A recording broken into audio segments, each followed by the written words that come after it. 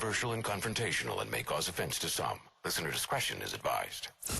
The PPI award-winning Niall Boylan Show. Real people. Real opinions. Real talk radio. On Classic Hits 4 FM.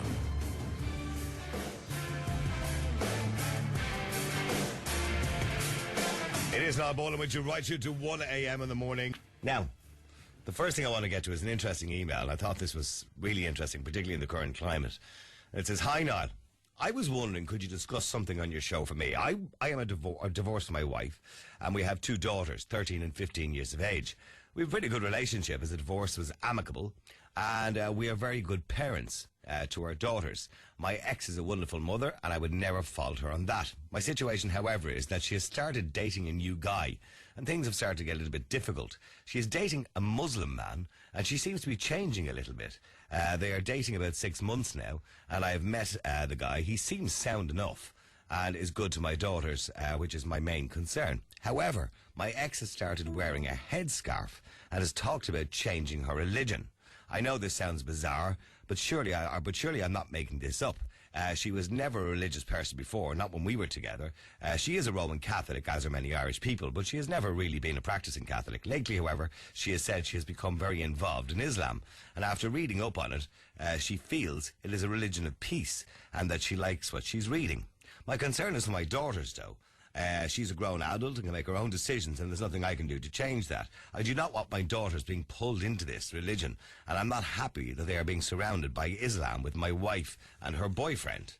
I did approach my ex about this, and she said I cannot dictate what goes on in her house, and I should keep my nose out of her affairs and her business and her private life.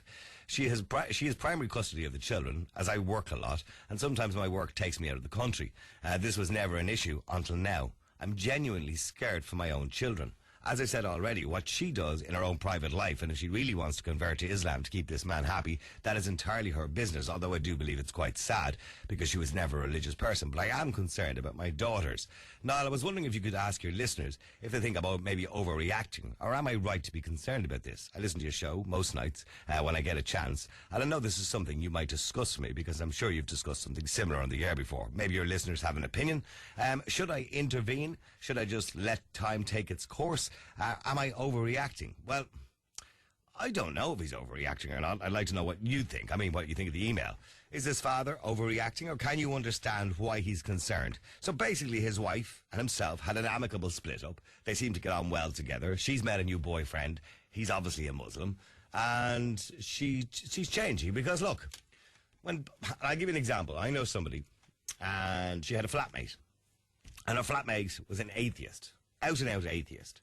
Didn't believe in anything, didn't believe in Noah's Ark, didn't believe in Jesus Christ, didn't believe in it, just thought it was all nonsense, right? So the flatmate decided to go to Australia. She was going over for a job, temporary job, and to see the world and everything else. So she went to Australia. She came back 6 months later, and she'd met a boyfriend while she was over there. And she came back, and he was a born-again Christian. Now her parents are worried about her, because she's now going to Mass every single morning. She's praying all the time. She believes in everything in the Bible and takes it literally. And she's completely converted to be a fundamentalist Christian.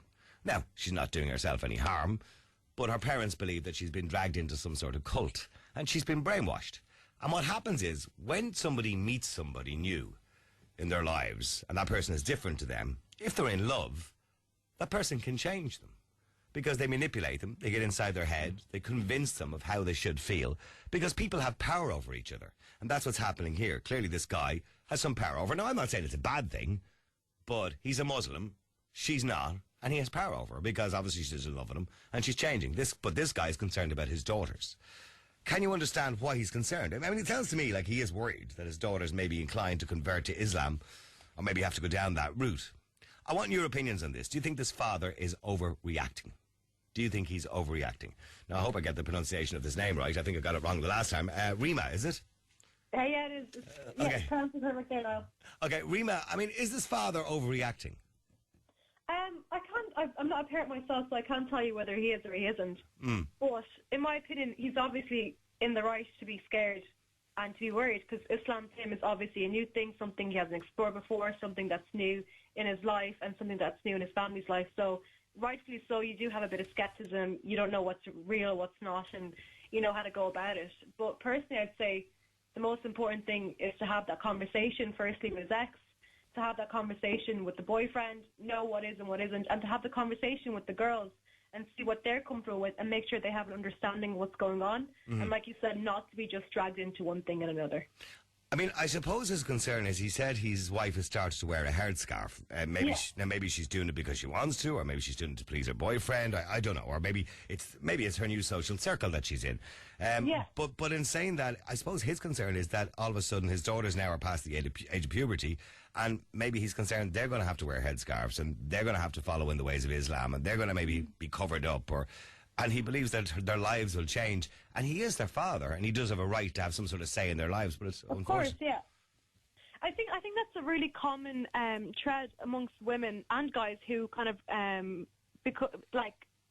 enter relationships with Muslims from around the world. And I think an important thing is to know that as long as it is of her own decision to wear the headscarf, as long as it is of her own kind of decision to become a Muslim, and that she has the knowledge of why she's becoming a Muslim and not just becoming a Muslim for a man or for anything else. I think I remember you saying this to me before about her own decision. And without disrespecting Muslim women in the country, I don't believe Muslim women wear headscarves, burqas, full face veils, whatever it happens to be, because it's their own decision. They think it's their own decision, but they're doing it because they're Muslims. I wear it out of my own choice. You think I'm simply brainwashed to wear it? Hang on. I don't see. I think it's simple to use the word brainwashing. I think that's a bit disrespectful to even to use the word brainwashing, right? But it is social conditioning. It's a social conditioning, isn't it? There are plenty of Muslim women who don't wear the headscarf. Again, solely out of their own decision. And if someone influences the way your life kind of progresses, if it's something that she's exploring at this time in her life, that she's trying out, what's wrong with that? You know, and let's say 3-4 months down the line she decides this is not for me, that's completely fine. But to say that, these women think it's their own decision out of the hundreds of women out there who are as educated and all that want to wear it, what's wrong with that? You know, it's not a one for all, paint them all with the one stroke. Yeah, but I mean, I would probably consider you, well, I don't know you personally, but I would consider you to be moderately religious, right? You're not fundamentalist by any stretch of the imagination. You're not Wahhabi. I would describe myself as a fundamentalist Muslim, just like my math teachers would describe themselves as fundamentals. You'd follow the fundamentals of something, you'd follow the fundamentals of math, you'd follow the fundamentals of science. I would follow the fundamentals of Islam. Mm-hmm. So that doesn't make me an extremist or a complete crazy wackadoo. I mainly follow the fundamentals of my faith. But you're not a Wahhabist, are you? I wouldn't describe myself as a Wahhabist. No. Okay, so I mean that's what I would describe as fundamentalism. But okay. But in saying that, if you weren't Muslim, you wouldn't be wearing a headscarf. So the point is, it's the religion that does make you wear it. But Niall, Christian nuns wear headscarves. They do. And Jewish women wear headscarves. They do, and my mother used to wear one. My mother used to wear one years ago. Women of different faiths wear headscarves. So headscarf isn't just solely and singly just for Muslim women. The veil isn't just for Muslim women. But his concern is that many people would see Muslim women as being oppressed. And maybe that's a misinformation, but that's what they see, and because they see in some of these Middle Eastern countries that they are oppressed. Maybe not in Western society; they may not be as oppressed as they are there, because maybe just those husbands who are in the Middle East don't get away with it in Western society. But and maybe he doesn't want to see his daughter going down that route. This guy could be a lovely guy, could be fine, could be, as I say, a very moderate Muslim, but he may not be. He might not be, but I think again for the father there. He used to have this conversation with his daughters and make sure that his daughters have, they're not going to wake up tomorrow morning and start wearing a headscarf like, oh, mommy does and daddy's and mommy's boyfriend is a Muslim, now we're going to do it too. There is going to be a level of understanding behind it. I would highly doubt that the children themselves, the mother or the boyfriend or the father, will allow the children to make a decision without any prior knowledge, just like any other Muslim family wouldn't. I didn't wear the headscarf without any knowledge of the whys and whats. Neither has my mother, nor has anyone else that I've met, and always to do your research, and that's why it's so important to have these dialogues within the family and within the community so everybody knows and understands why and why not. And if they don't, then that's perfectly fine. And if they do, that's perfectly fine. And I think it's all about, for transitions like this, it's all about understanding and communication. I mean, going down the road, looking further down the road, now look, it's the early days of the relationship, but although it does seem to be quite serious, and maybe you can correct my ignorance in this, but if they want to get married, because he's divorced from her, so she can't get married again, she has to convert, yes? No, she doesn't. She can. My father-in-law married my mother-in-law, and she was a non-Muslim when she converted. Was she Christian? Today, she was Christian, Roman Catholic. Okay, and is that acceptable in the Muslim community? That's completely fine. Yeah, a Christian man can marry a Jewish woman, a Christian woman, a non-believing woman. So that's completely acceptable. Okay, I didn't know, and that was just my ignorance. Convert for him. No. Okay, well, do me a favour. Stay there for a second if you can. Hassan, you're on Classic Hits. Hassan, is this man right to be concerned about his daughters? Hello, Niall. Thanks for having me again. Thanks.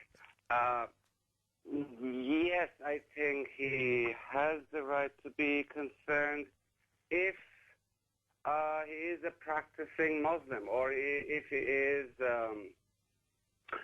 following the Sharia. Of course, as everybody just said, we cannot discuss whether or not the wife should be allowed to change her religion. Yes, of course, she is an adult person. She is free to change her religion from Catholicism to anything.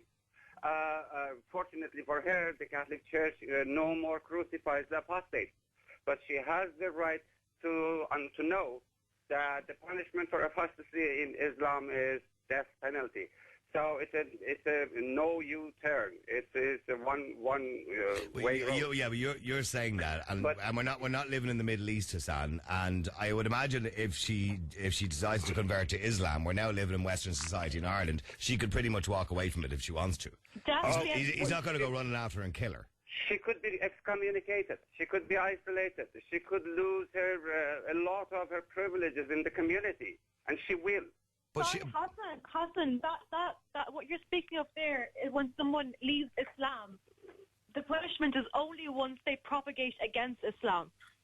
It's like treason. So therefore, like, she can become a Muslim and then walk away tomorrow morning, but that's completely acceptable and no one can hold it against her, and she'll still be part of society. You're not going to be excommunicated solely because you've changed your mind. Everyone's a free person and has free will. No, listen. She might be. Well, Hassan, with great respect, she may be isolated from the individuals she's in the circle with currently at the moment because they may not be pleased that she's left Islam. But she's not going to be isolated from the wider society, and I'm pretty sure she has Christian friends and will continue to have those Christian friends. Yes, but I'm not saying they will necessarily kill her here in Ireland. I never said that. But the punishment is a death penalty under the Sharia. You can check. Please.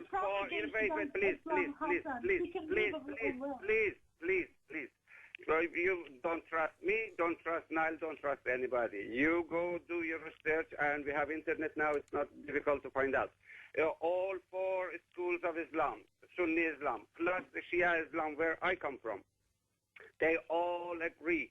They have consensus on the following issue, that the penalty for anyone who changes Islam, his religion from Islam is death. Okay, so but they have different their own differences on how to apply it. Some might give you 30 days to think about it, to repent. Some may give you a shorter time. Some might give you longer time. But this is for men. For women, it is up to the imam to decide. If the imam says she should be killed, she should be killed. You check it for yourself. I'm not making that up. Okay, well, Rima, would you be concerned if, tomorrow, for example, you suddenly got a turn off Islam? Yeah. Would you be concerned about giving up your religion or excommunicating yourself? Would you be concerned about that? I'll be honest with you now. Islam is a hard faith to follow. As a Muslim, as a woman who wears the hijab, and as a Muslim woman in like the 21st century, the backlash I'd get off people around me can be pretty hard, and sometimes that thought does cross your mind, but never once has it crossed my mind that, oh no, my Muslim friends are going to, not talk to me anymore, my family are going to disown me, I'm going to be excommunicated. And on that note as well, the Imam has no power or decision over me. He's merely just a leader for the community, not kind of like a judge for the community. Not so yet. As a Muslim, under the Sharia, woman, if I one day would like to turn around and leave my faith, I think that personally, if I want to do a U-turn, as you would say, that is all up to me, and the decision is between me and God only. My intention is only between me and God. On the day of judgment, as a person, I believe that's only between me and God, and no other community member can come in between me and my decision now, Niall. Okay, but Hassan, okay, let me go back to Hassan. Hassan, leaving that part aside, apostasy, which is what you spoke of, if, for example, this relationship breaks down, and I don't know if she's converted to Islam yet. It says in the email that she's Roman Catholic. She's been reading up a lot about Islam. She believes it's a religion of peace, which I know you don't agree with, and she likes what she's reading. So there is a concern that she's going to convert, and if she's going to convert, obviously, well, it goes without saying, I imagine she will want her children to grow up in Islam as well, because she is their mother. What are the main concerns for the children as far as you're concerned? Yes, exactly. But by the way, let me just mention one thing. Yes, because she was not born into an Islamic family, so she will be labeled a different kind of apostate if she leaves Islam. But we are not dealing with theology here. Yes, if he is, this man, don't get me wrong, this man could be the best daddy in the world, right? Mm-hmm. We cannot label somebody a horrible person simply because he comes from this or that part of the world. He could be the best daddy. But if he is a practicing Muslim, if he follows the Sharia, I would have serious questions about the future of my children. But hang on, Hassan. Just because somebody is a practicing Muslim doesn't mean they follow the Sharia, because the laws of the state, and it does say that in the Quran too, that you must respect the laws of the state. So the laws of the state supersede the Sharia. Now, if you're living in an Islamic country, well, then you follow the Sharia. Well, is it accident that nobody in the mosque uncovers her hair? Well, I mean, but hold on, you're talking about the Sharia. For example, I've seen no homosexuals stoned to death. I've seen nobody being killed or stoned to death for committing adultery in this country. And yet we have 70,000 Muslims. So they're not following the Sharia in Ireland.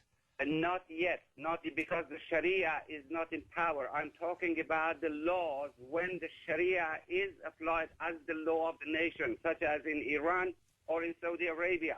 When the Sharia becomes the law of the nation, then all these arguments will go out of the window. But it's not going to become the law of the nation in the generation of this man's family. Yeah, but we are talking about under the Sharia. This is the punishment under the Sharia. Okay. We're getting back to the kids. What are the concerns then for the children? What do you believe this man's concerns should be for his children? Well,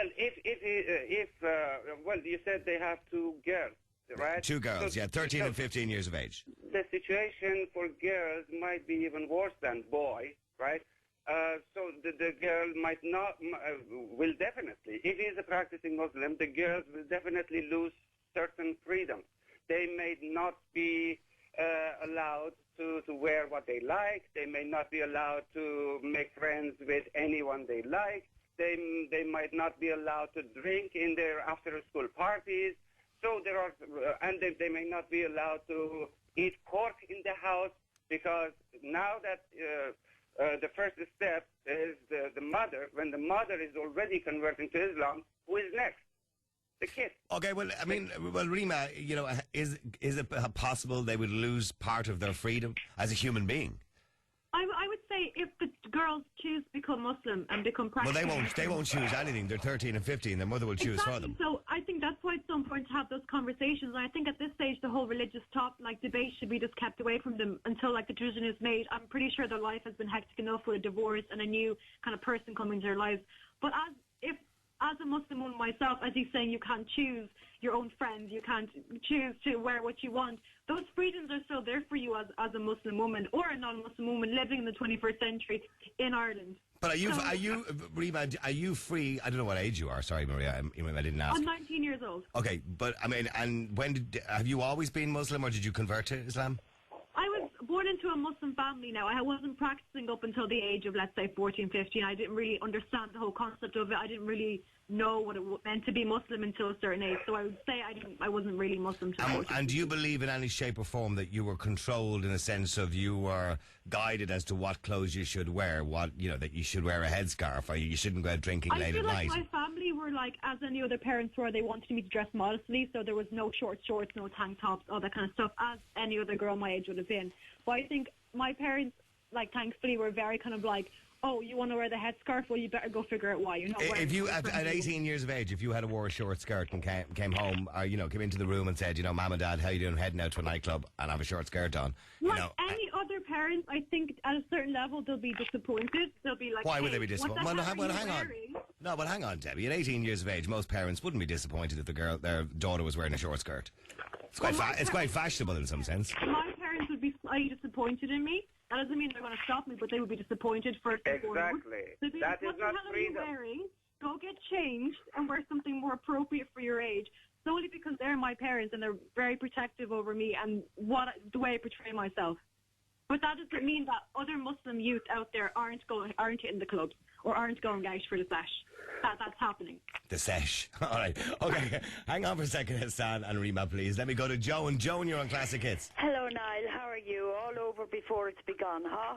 Oh, absolutely. Automatic suspicion and perception. That's life now with everything. Now, if I get the story right, separated from his wife, 2 children, and the 13 and 15. Yeah. Now, I'm sure he has, of course, access to the children. And But she has primary guardianship over the children. Very good. Now, the new boyfriend is a Muslim. Yeah. So is that being regarded as bad or No, good? no, she's not saying that's a bad thing.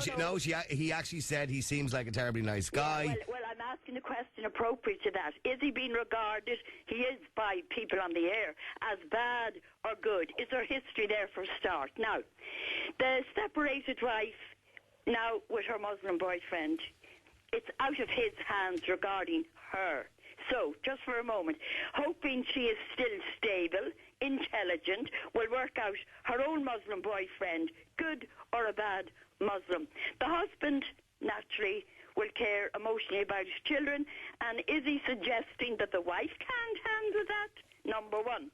Supposing this story was reversed, Niall, and the husband went off with a girl and she was Sinn Féin stroke IRA suspicion without the balaclava, how would one feel automatically tagging her as bad without history? So the whole thing is premature, and if it's in this country, there should be no problem. And that's what's wrong with society today. Every time somebody mentions the name Muslim, has to be bad. Anytime anybody mentions maybe Sinn Féin, has to be bad. History has to be supported there, proven.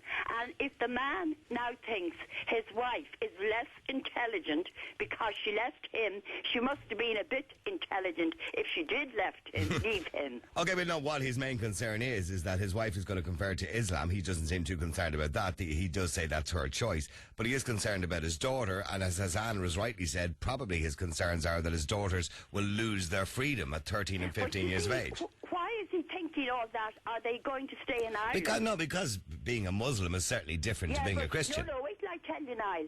I think I mentioned to you on a programme about a year ago about a friend of my twin sister who, by the way, you were talking about twins there. The twins were automatically separated, conjoined in Cork, don't you remember? I do indeed, yeah. Successfully, and now running around, God bless them. However, my twin sister knows a very good friend who married a Muslim, and the woman's mother and father and sisters and brothers wrongly, automatically, nearly had a heart attack because they married a Muslim.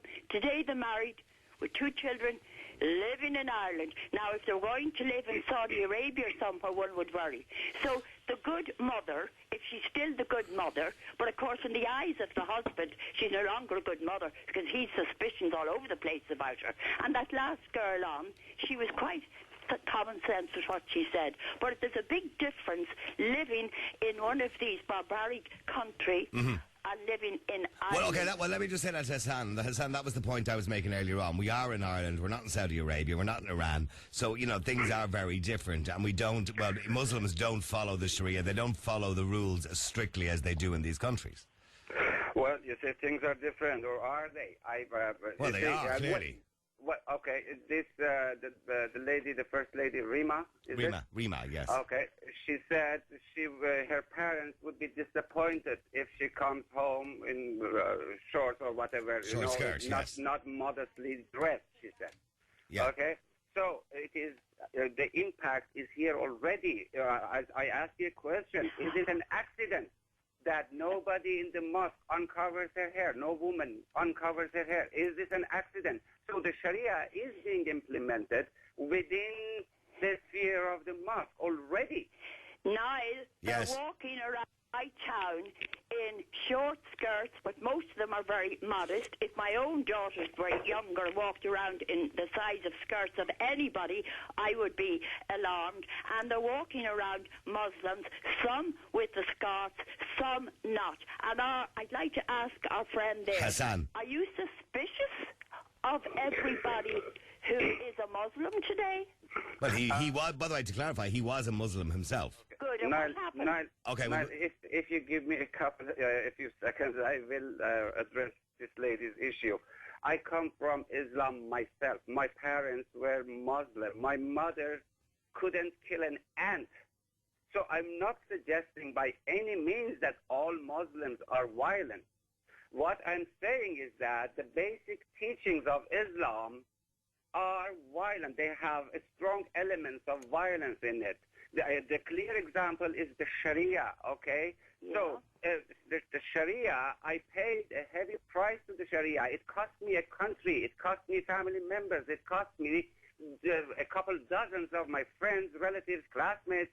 So I know what I'm talking about. I lived that life. You're sitting in Ireland, sorry, benefiting from everything a democracy has to offer you, but talking about a religion of which you don't know anything about. Yeah, hold on a minute. No, wait. You have a history of Muslim family. This man and woman had no history of Muslim family. The wife now is getting to know a bit of history. Is she stupid? The man I never said that she's stupid. It's her right. I said it in the beginning. She's an adult. It's her right to choose her religion from Islam or from Catholicism to anything, from anything to anything. I have no problem with this. The mosque has a problem with this. I left Islam and I am labeled an apostate and searched online the punishment for apostasy for a person like me who hasn't done anything but living Islam and talking about Islamic facts. But this new So, wife but- may never go near any of those weird countries. She'll stay in Ireland, happily married. And I'm sure, Niall, you'll get many a phone call tonight because I see a lot of local girls who turned to Islamic, teaching. But they're not going over to Saudi Arabia to not allowed to drive a car, not allowed this. Well, not some do. Don't go to Saudi Arabia. Do me a favor. Listen, please. Tomorrow is Friday. There is a Friday prayer in mosque near you. Do me a favor. Uncover your hair and walk into the mosque with your daughters and give us a report tomorrow night. Why, what do you think would happen, Hassan? Well, I don't know. Let her ask. Let her do it. But to say that would be disrespectful anyway, wouldn't it? Why did Muslim woman. Sorry, Rima, go ahead. As a Muslim woman who I go to Friday prayers on the regular, plenty of women show up with headscarves out of, let's say, whether they're there out of curiosity, whether they're to visit, whether they're with friends, and nothing is said to them. And the majority of Muslim women... So to clarify, you would go to Friday prayer in a mosque and many women, you say, turn up with no headscarves. Some would, yeah. Some would be visitors, some would be friends, and some would maybe put a scarf over their head out of respect. But let's say a mosque open day... It depends on the mosque, really, doesn't it? Yeah, both mosques, let's say the two main mosques in Dublin, during the open days, people walk in without headscarves and have a walk around and look at different things and talk to different Muslims, which is, we open up our doors to the outside community. We're not like some hidden cult where no one's allowed in, and if you are allowed in, you have a uniform to follow. People would cover, and I would cover as a Muslim woman, solely out of respect. It's a religious faith. People are there to worship. And but I had, one of the spokespeople for the main mosques, one of the main mosques here in the country on the air, and we were talking about the equality referendum at the time, and the marriage equality referendum. And he said to us, there's no such thing as a gay Muslim. And I said, you're clearly delusional, so aren't you? And he was very upset by this and insulted that I would even say that to him. I said, there's no such thing as a gay Muslim. And he said, yes, there's no gay Muslims. And I said, no. I said, there's no gay Muslims going to tell you they're gay, but with that attitude. So what I'm saying to you is that maybe, the mosques you're going to, they don't have an issue, and you're talking about open days. But when it comes to a prayer day, I don't know if they would accept a Muslim. I'm not talking about an outsider, because they would be happy for outsiders to join in. But a Muslim, like yourself to go in and remove her scarf. I don't think that. Can I say So within the space, let's say, within the loft, the space is segregated for females and males, right? Yeah. Let's say with the female spaces, women would remove their headscarves if they're like sitting around and. Well, that's if women are together, yes. Yeah. But yeah, but if you're with the men, which would be unusual because women and men are segregated, you wouldn't do it then. Unless she's not like a veil-wearing woman, obviously that's within her decision. But if she is, most women would put their headscarves on in the company of a male companion. Sorry, Hassan. Well, I have a couple points to mention here. This lady that says some women uncover their hair. Well, in the mosque, men and women are segregated. They are not even allowed to sit in the same room. Well, what are you talking about? This is not equality. This is not respect. Wait, let me finish. Your own personal, Islam and okay, reflecting it on everything. Listen. Okay. First, you do me a favor. Okay, tomorrow is a Friday, right? Take a photo, take pictures of your mosque, your congregation, and post it on Niall Boylan's Facebook page. Take a picture of your mosque, please, and prove me wrong. And what would you like to see a picture of? A mixture of men and women, like in church, in Catholic church. I'm not a Catholic, but I walk into the Catholic church. Nobody stops me. My wife walks into that church. Nobody says anything, right? So take a picture. If men and women. Listen. If men and women are sitting together and women have uncovered their hair, please take a picture and post it on Niall Boylan's Facebook page. What if women are uncomfortable with their picture taken with their hair uncovered on a Facebook page? But are you saying, Rima, really that you have seen men and women together and women with no headscarf? Not within a prayer space. If it's prayer, we pray separately. Take a If picture. that woman doesn't wear the veil, she's not a veil-wearing woman, unless they were within a conversation, a meeting, and she's not wearing it. That's within her own decision. Okay. Well, do me a favour, both of you. Stay there, because I've got to take a break. You can text us at 53544. That's 53544. I'm going to go to Catherine after the break. The question I'm simply asked you is in relation to an email I got in from a man who's separated from his wife, divorced actually from his wife. He has a 13 and 15-year-old daughter. The wife is the primary guardian of the two children, but obviously he's still part of their lives. She has met a Muslim man who, by the way, he says is a lovely guy, seems like a really nice guy, but he is concerned because his wife is now obviously converting. Well, he believes she's converting to Islam. She's told him that Islam is a religion of peace and she likes what she's reading, so he does believe she's on the way to converting, and he's now concerned about his daughters, but he wants to know, is he overreacting? Hassan believes he's not overreacting and he should be concerned. And Rima says he is overreacting and obviously believes that Islam is a religion of peace. Text 53544. The question I'm simply asking you is, do you believe he's overreacting? Is your blood boiling yet? Call Niall now. 1850 410 494. The Niall Boylan Show. Classic Hits 4FM. Niall Boylan at night is controversial and confrontational and may cause offense to some.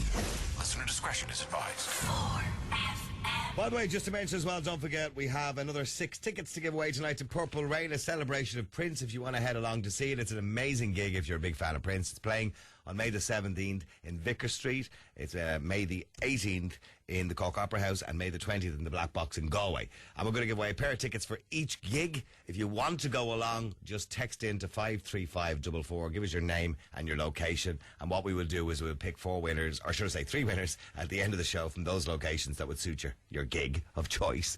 And we're going to give away a pair of tickets for each of the gig again at the end of the night tonight, as we did last night and the night before. We'll do it again tomorrow night.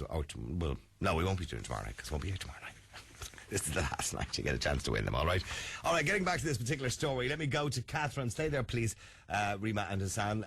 Catherine, you're on Classic Hits. How you doing, Catherine? Hi, Niall. I must say I enjoy and I have respect for Hassan, because when Hassan speaks, he speaks with knowledge. I am not a Muslim, so therefore what I say is only what I see in life. But I mean, he was.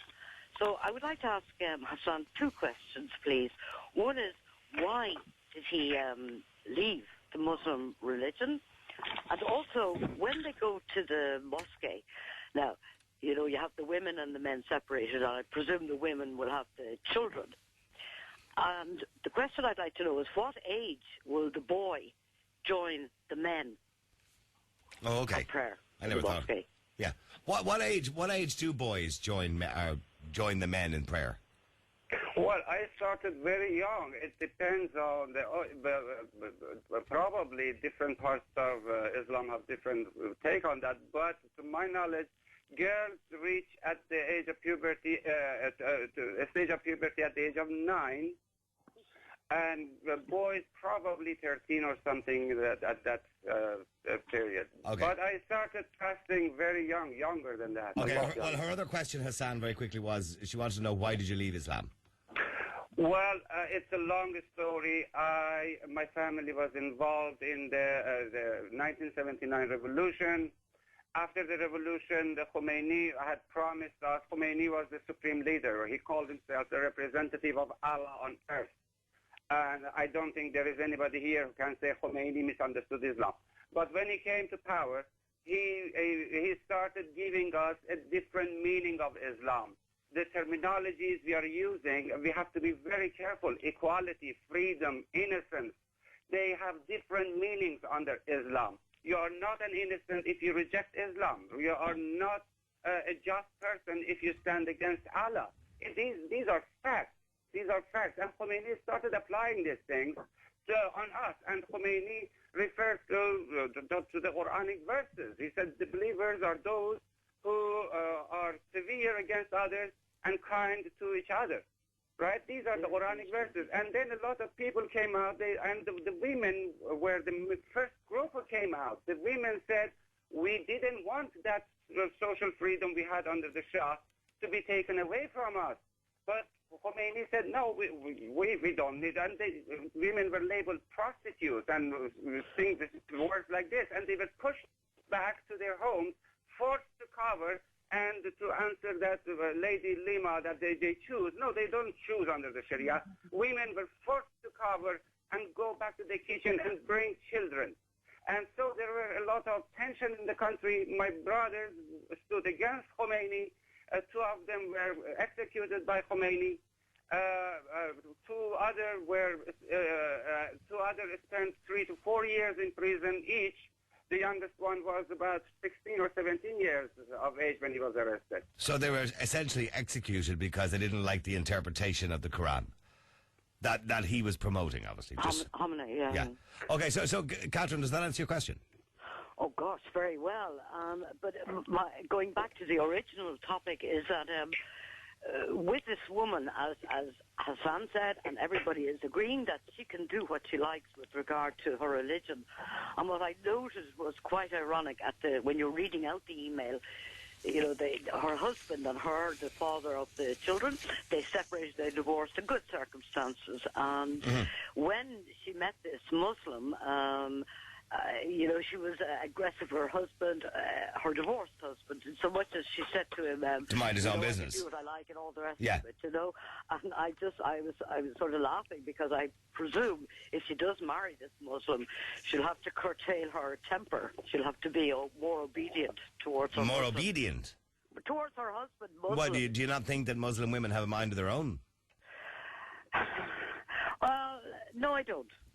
Rima, do you believe that Muslim women have to be obedient to their husbands? Hell no. I have a partner myself now. And are you obedient? Well, I definitely would disagree now. Like, it's a two-way system. It's a two-person relationship. No relationship should be just one-sided. And I would highly, no, I'm actually kind of flabbergasted that she would say that, that a Muslim woman of this century, of this day and age, is described as an obedient woman, or very. Well, maybe not in this country, but depending on what country you're living in. Well, obviously, that's a cultural context. But as a Muslim woman, if we take from the example of the prophets, if we see that the prophets' wives, they were businesswomen, they were one of the most intelligent women in the city. Muslim women have started. The first person to open up a university was a Muslim woman. Muslim women are pioneers within medicine and education. So to say that we're just sitting at home and being obedient of wives and daughters and sisters, it's the complete opposite. I'm the first Muslim teacher in Ireland at the moment. So, we're making history around the world. We're not just obese. Well, and that's listening to true. it. But then I asked myself the question because it's there seems to be ultra sides to this. I asked myself why in Corsica the women could not go to the beach alone without their husbands or fathers, and that they had to wear a burkini, for example. Little things like that. I mean, Well, is that total you don't freedom? have to wear the burkini. But Pardon? you don't have to wear the burkini, but as a Muslim woman who wears the veil, I'm going to wear the bikini. Like, it's not going to make any logical sense for me to be covered up in every But other why- place in why would you society have and then to wear a go to the bikini beach? to the beach. Yeah. Pardon? Why would you have to go accompanied by either your husband or your father? Why can you not just go to the beach alone? Personally, I with don't a have to group be. of As a women. Muslim woman, I don't have to be. But some countries, that's where they're ruining. And honestly, I see some of the countries that propagate themselves can I as ask Muslim countries as very backwards. Can I ask you, Rima, why do you want to wear a bikini? Because as a Muslim woman, I want to be covered. It's part of. Well, I'll tell you why I personally wear the headscarf. And It's almost like why I cover up. It's well, a well, belief. no. The burkini. Let's focus on the burkini for a second. But for those who don't know, a burkini is like a bikini, but it's all a one piece and it covers everything, right? It's like a swimsuit that a surfer would wear or something. Yeah. Yes, it's like Full it is, body. and it's got kind of full body suit. Okay, it Yeah, covers the legs and yeah. everything else, right? Yeah. But okay, there's nothing wrong with the human body, but yet there seems to be some sort of. I'm not going to say shame, because maybe that's not the right word I'm looking for. There's something wrong with showing your body off to anybody else apart from the person you happen to be married with. This is called modesty. I don't believe that's modesty. I believe that's a little bit over the top. I mean, when I see beautiful women on a beach, I don't look at them and go, "Oh, I wouldn't mind a bit of that." I'm not looking at them with them eyes. Okay, they're very attractive women sometimes, but I mean, there's nothing wrong with a woman exposing her body and showing us how beautiful she is, and a lot of women are quite proud of how they look. So why does Islam, I suppose, force women, culture or Islam, whatever way you want to look at it, to do this, to cover up like this, as though they're ashamed of their bodies? It's not. The body isn't seen as like a shameful attribute in Islam. There's like a hijab for both male women and men, right? So the males, when they go to the beach, they're not allowed to walk around shirtless or anything above the knees or anything, but they also have to be covered up, both male and women. And it's not the fact that the body is shameful. It's just the fact that we are beyond our bodies. I am not just my body. I am not just. Well, nobody said you're just your body, and I'm sure you sound like a very intelligent woman. But for me, as a female and as a feminist myself, I feel like it's a form of freedom for myself because I've drawn the line between society and myself. I'm saying. you're saying it's freedom? I would say it's repression. But you're saying freedom. It sounds like repression to me. For you, it's oppression. For me, it's a form of freedom. I don't adhere to society's standards. I don't adhere to fashion. It's the way I want to present myself. It's my freedom of choice. If I want to go out completely nude tomorrow, that's nobody's business. But if I want to go out completely covered, that's nobody's business. But hang on. But if you wanted to go out completely nude tomorrow, and I'm sure you don't, but if you did want to go out completely nude tomorrow, you couldn't. You would be shunned, wouldn't you? Against Irish law, first and foremost. Well, absolutely, you'd probably be arrested. But in saying that, if there was only family around, or if there was only people you knew around, you couldn't do it in your religion. You would be shunned. No, and if I was a non-Muslim within an So Islamic you're saying, country- well, then you're saying you've freedom. You don't really have freedom. Well, is anybody really free within society these days? Everybody kind of dictates what you have and have. Well, I could go into the beach tomorrow with a G-string on me, and not that I'm going to, and I wouldn't be a pretty sight, but I could go out with a G-string on me if I really wanted to. People might give me a few dirty looks, but that's about the end of it. But you can't. I can, of course I can. Niall, Yeah, sorry, Hassan. Niall, I told you, words, terminologies, vocabularies have different meanings under Islam. What you interpret as freedom is sex slave in Islam. It's called abusing women, commercializing women, seeing women as a piece of meat. We have to define our vocabulary very clearly. But when I see a beautiful woman in a TV commercial, for example, or on a poster or something, and she's in a bikini, clearly to sell an item, because that's the way we sell nowadays. We sexualize things a lot.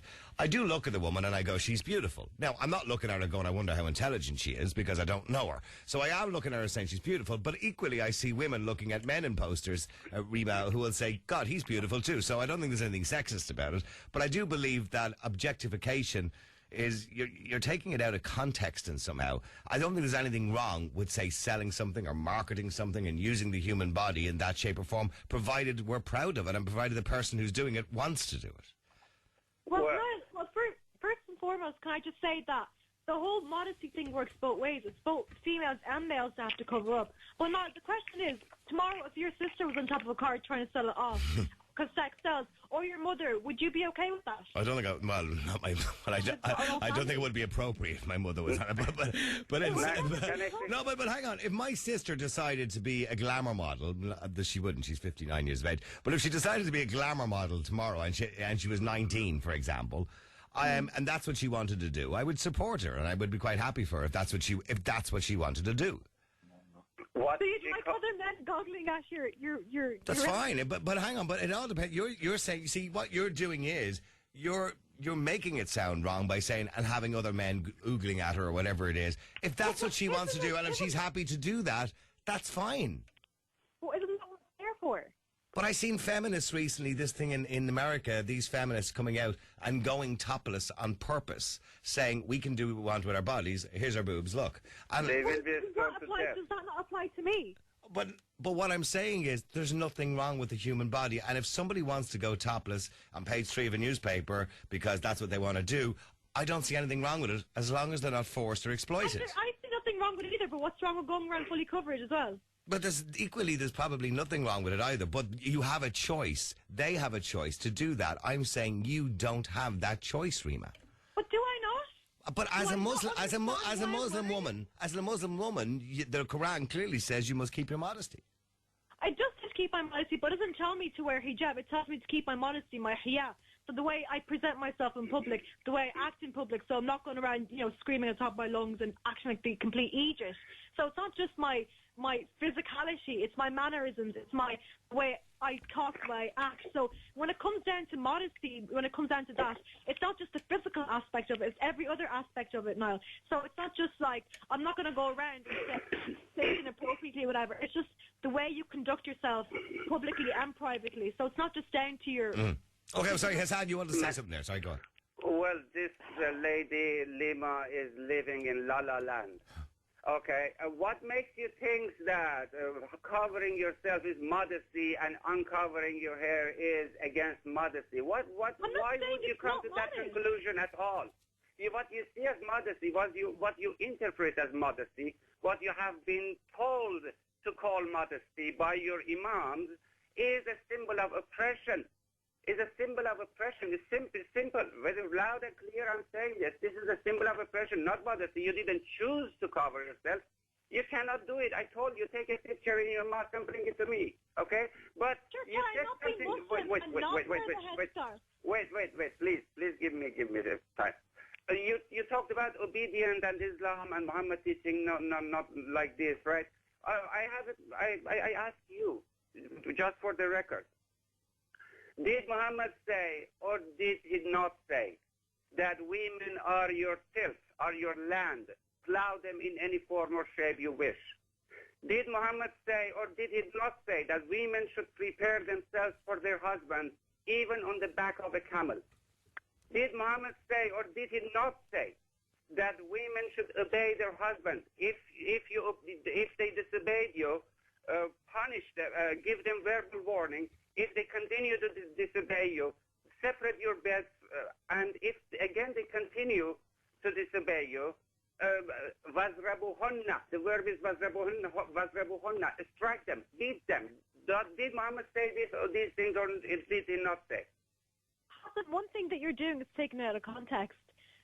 Those things were all said, but what was said before and after those things? Just as a man has the right over his wife, a wife has the right over her husband.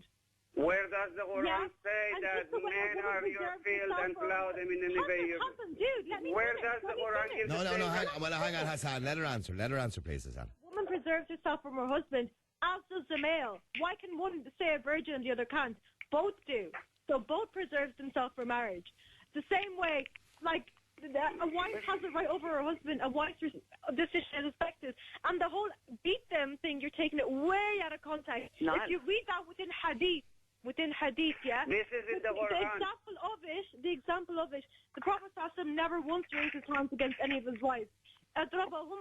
Like, as in, he kind of like playfully played with them or hit them with a toothpick. He didn't beat them. To beat them within Islam is completely forbidden. Okay, well, do me a favour, both of you. I have to take a break. This got a bit longer than I thought, but the two of you, please, if you can stay there. And I'm going to come to Kieran after the break. Kieran, I'm sorry for keeping you so long. So many people want to get on this. You can text us at 53544. Should a man be concerned if his daughters are going to enter Islam? I suppose that's the easy way to put it. Have you got an opinion? What's on your mind? Call 1850-410-494. Niall Boylan. Real Talk Radio. Classic Hits 4FM. Is a me Ibron and Leo Law, Leidig Shachtu, the dog, Paul McCartney, the Beatles. This story was just issued tonight, and the article published in the early editions of the Friday morning newspaper said that McCartney would announce his decision in a no-holds-barred statement tomorrow. I have no future plans to record or appear with the Beatles again or to write any more music with John Lennon, the Mirror quoted McCartney's statement. Sinead Crackogus Kjol, Classic Hits 4FM.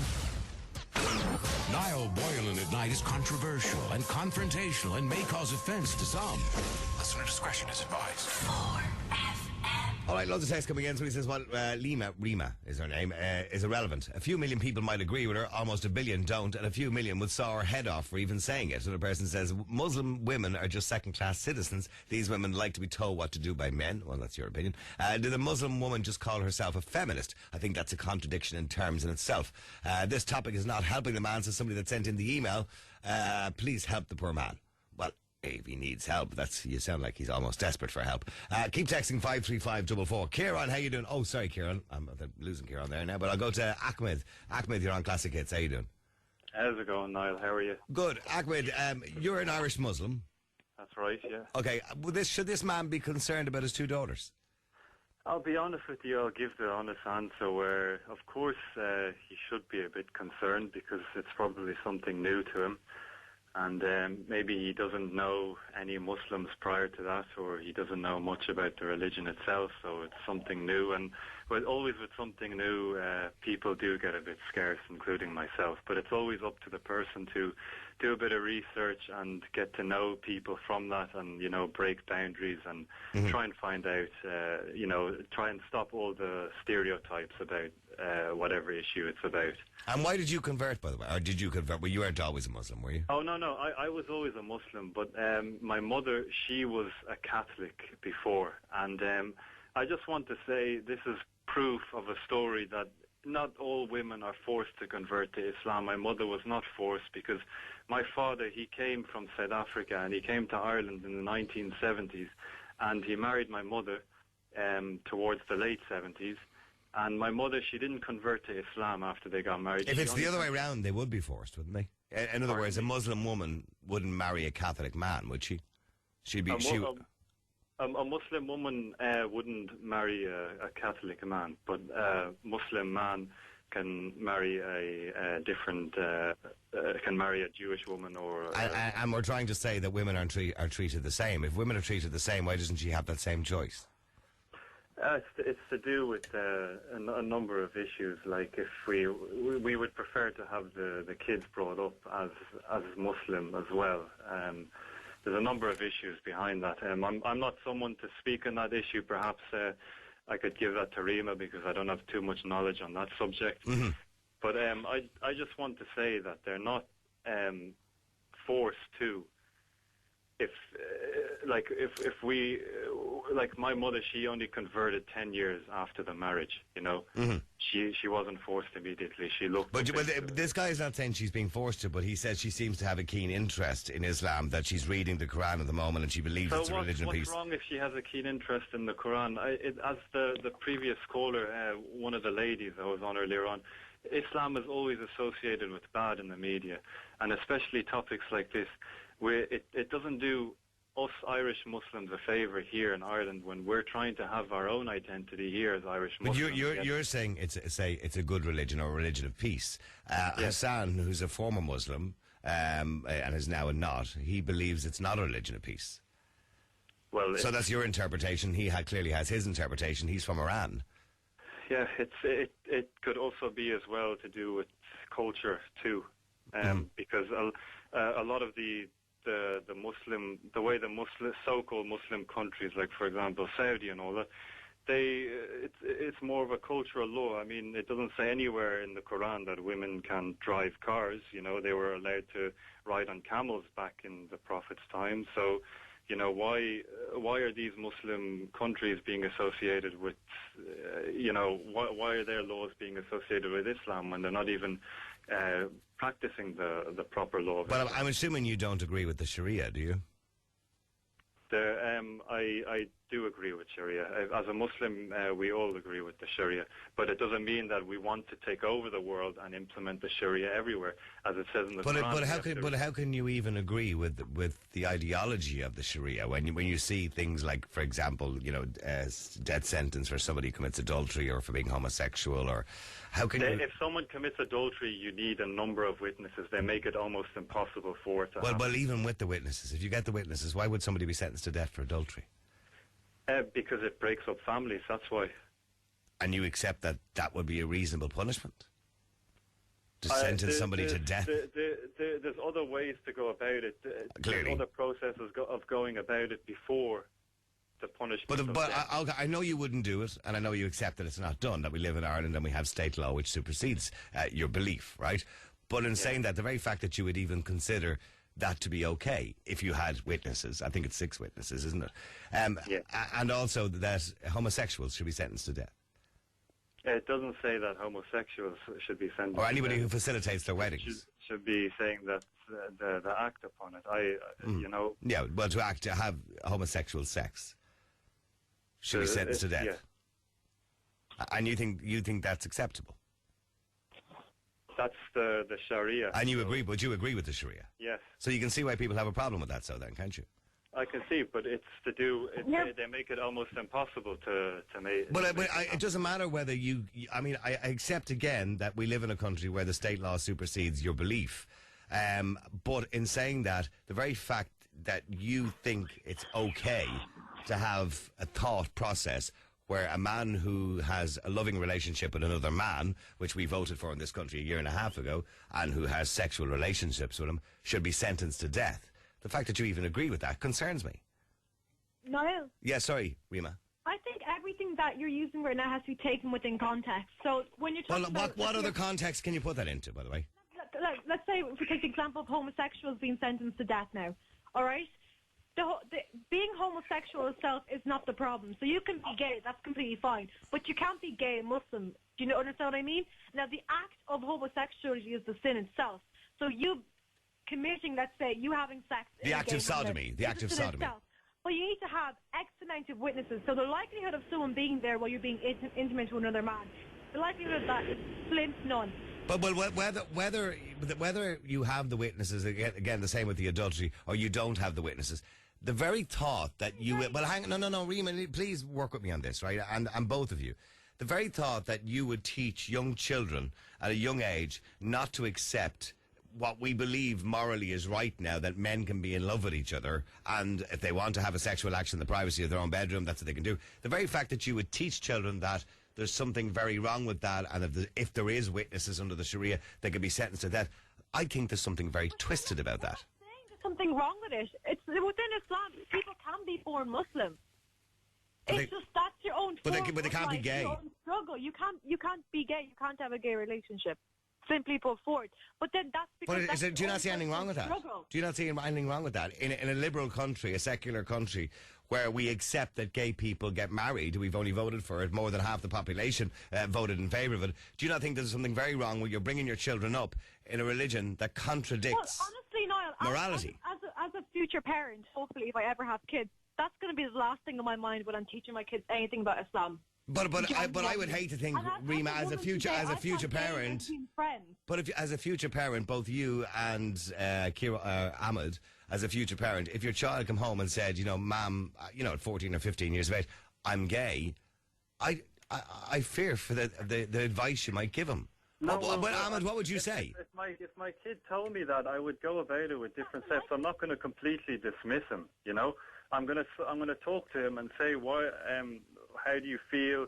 You know, we'll deal with it at the time, but I'm not going to tell him immediately, oh, you must go be sentenced to death. You know, we can try and work with things. We can try and see what we can do. Because but Ahmed, what could you do? Look, I'll give you an example. Personally, I know somebody who is a Muslim and was gay, okay? And he knew in the religion of Islam that we're not allowed to act upon our feelings. What he did was we see it as like, you know, a test from God, like, for example, okay? We need to stop ourselves from partaking in that act. What he did was he didn't commit any homosexual acts, and he actually got married to a woman, and he's happily So he's married now living a lie. kid. So he's now living a lie.